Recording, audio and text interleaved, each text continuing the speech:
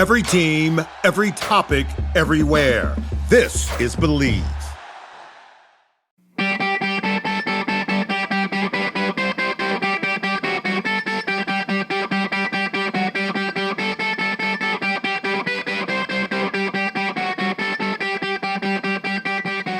What's up, everybody? Friday Face-Off here today. We got Jeffrey J. Lavecchio and myself. We're going to take a talked about topic in the hockey world, and we're going to shoot the breeze on it. We're going to talk. Sometimes we agree, sometimes we don't. Sometimes we get into it. We're going to have a lot of fun today. Vex, you ready to rock and roll? Let's rip. All right. This is a listener question for us. So someone reached out, and their kid is dealing with a concussion right now. And as a parent, they're looking into how to support their child as they're going through, kind of working through a concussion. And Bex, this is something near and dear to you. This is something that altered the trajectory of your life. Myself, I don't even know how many concussions I have. Certainly not as many as you, but a part of a lot of our journeys in the hockey world, how fast and physical this game is. And so, I think a couple different things. Number one, I want to talk about how to kind of prevent them. How do you prevent them when you're playing the game, and how can we see less concussions?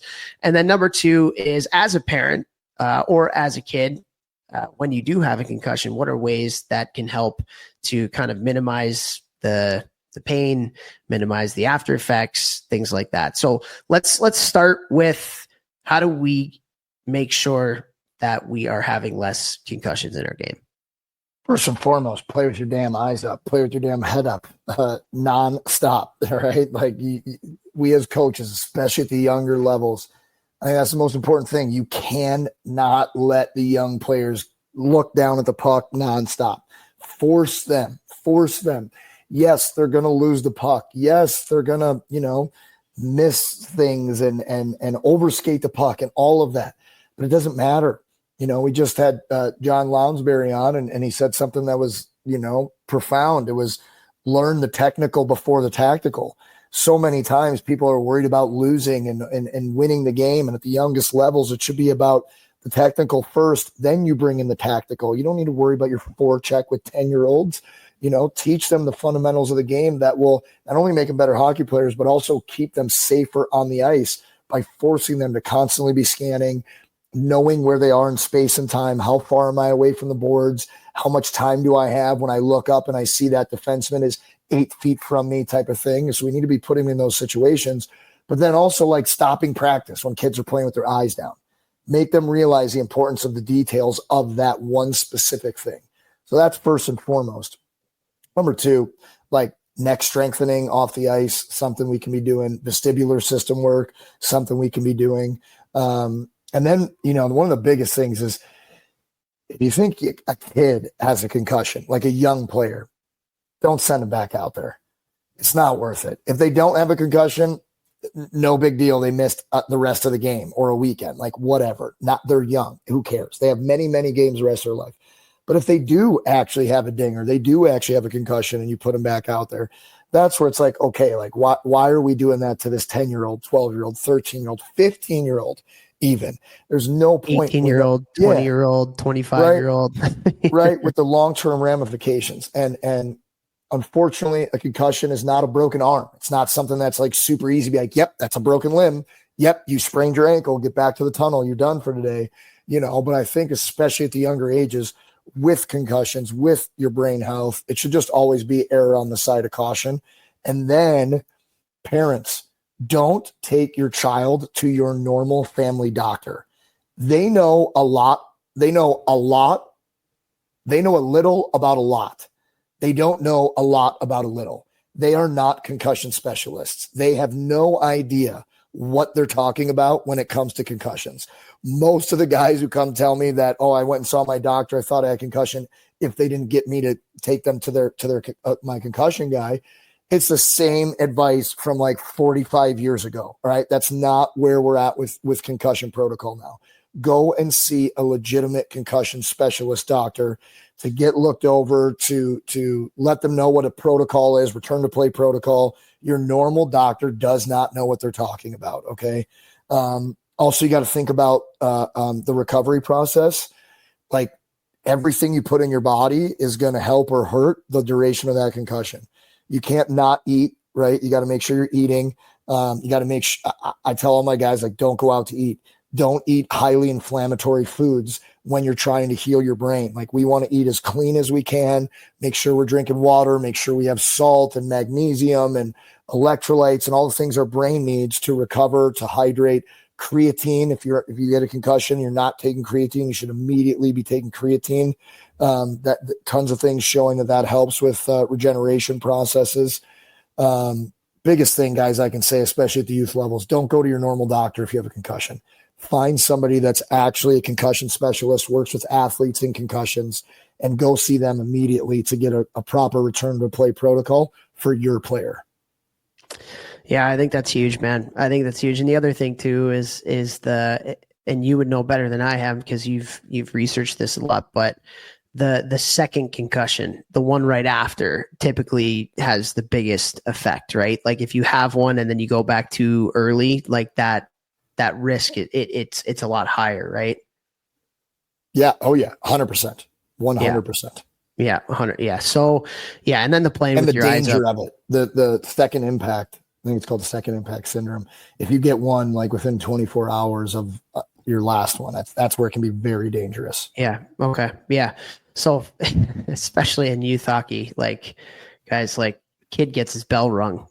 Let's show some caution. It's just not worth it. It's just youth hockey. It's not worth it. They're going to play again in a week. They'll probably be fine in a week, maybe 2 weeks. Again, it's their brain. It's not a separated shoulder. It's not, tape up your finger, it's broken. Like, it's your brain, like we got to exercise some caution there. And you would much rather err on the side of caution than the other side. Yeah. Yeah. And then the playing with your eyes up thing. I mean, a lot of concussions, right? Like, they come from just not seeing it. It's a blind side, or they got their head down and they get, smoked. So keeping and that's on us as coaches. That's on us as coaches to really make sure we're emphasizing that in practice, doing drills and focusing on it.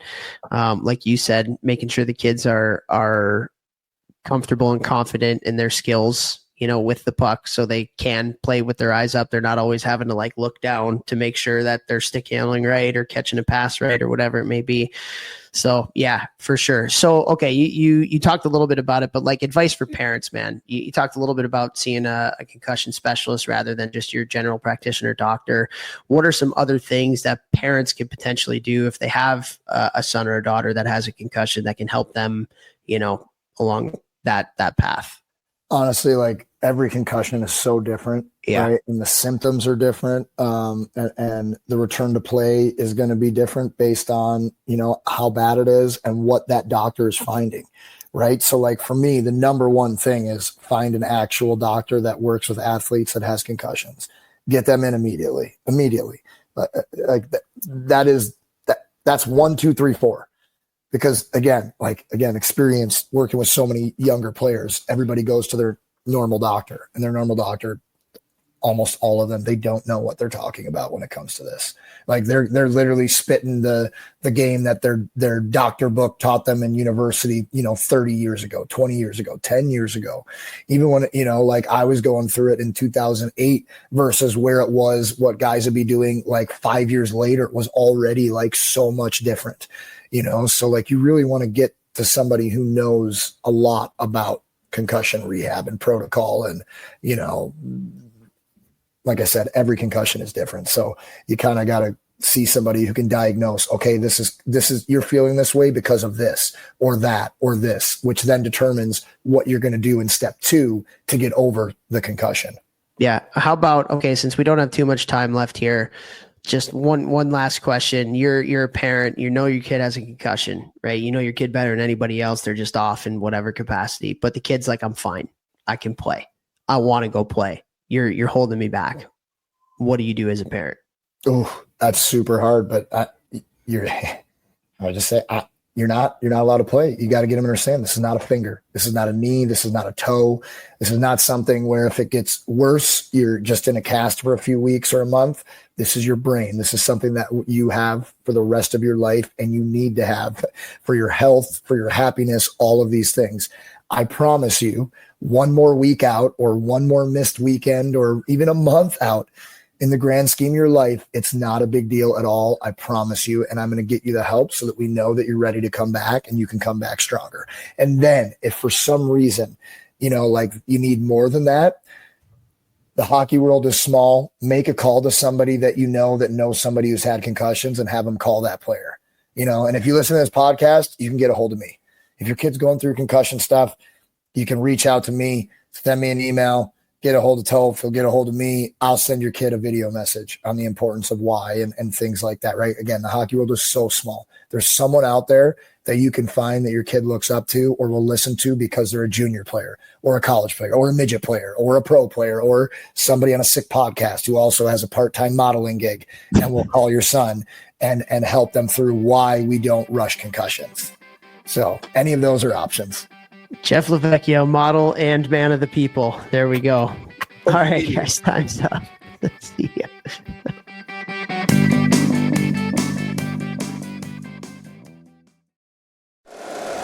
If you like the show, please take a moment to rate, review, and subscribe. It really does help the show to grow. Thank you for listening.